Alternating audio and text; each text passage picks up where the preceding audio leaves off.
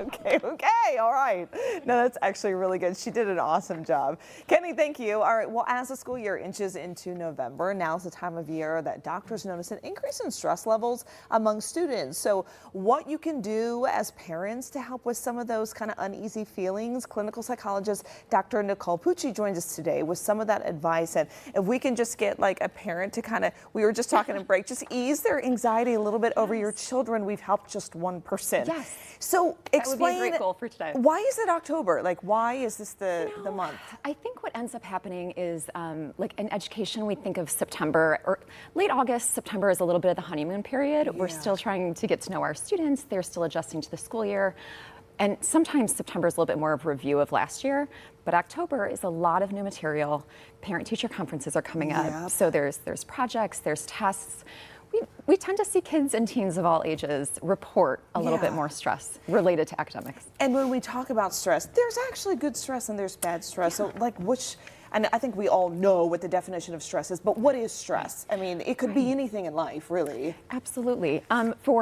For kids and teens, when we're talking about school, I think what I envision stress being is something unfamiliar, something challenging, something that's really like stretching them outside their comfort zone. Yeah. Right? Which even as we describe it like that, parents usually can see that there's two sides to this coin, right? If we can look at it and help kids perceive it in a healthy way, then they're going to be able to tackle stressors with more of a growth mindset, which is ultimately what we want. Right? And there is some kind of what they call a positive stress. I mean, that could be for anybody, like a first date, new job, a birth of a child. Like, there is good stuff that keeps us going. Yes, absolutely. So I think when we're thinking about stressors, like helping kids perceive them differently is one of the greatest things that we can do as parents or as adults in a kid's life.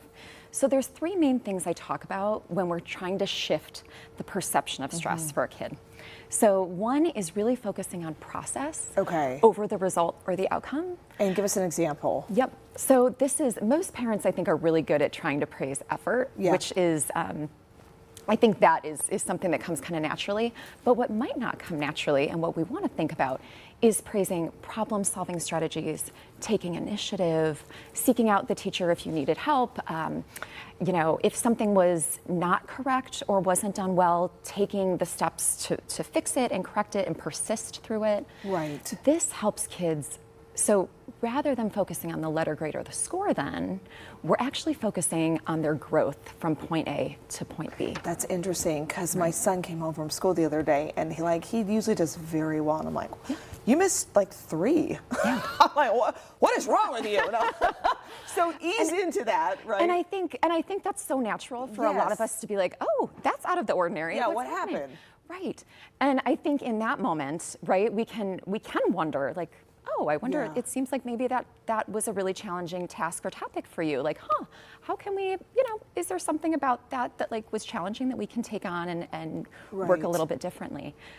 Because what we're ultimately trying to do with shifting their mindset and shifting our own mindset is getting them to internalize that like, I'm a learner, I'm a problem solver. This is hard, but I can figure it out. Absolutely. Right?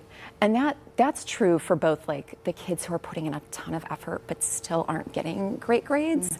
And that's also true for kids who are like really high achievers who sometimes are always feeling that they need to be perfect. Right. So these same skills apply kind of across the board. So, and then second is praise persistence. Yep.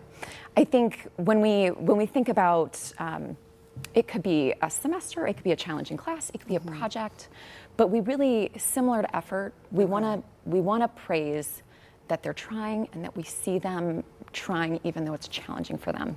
Because we want it to be something where they're like, oh yeah, I'm proud of how I handled the pressure. Right. Because that's also like building a life skill. Right. And then third, as you said, celebrate each step in their growth.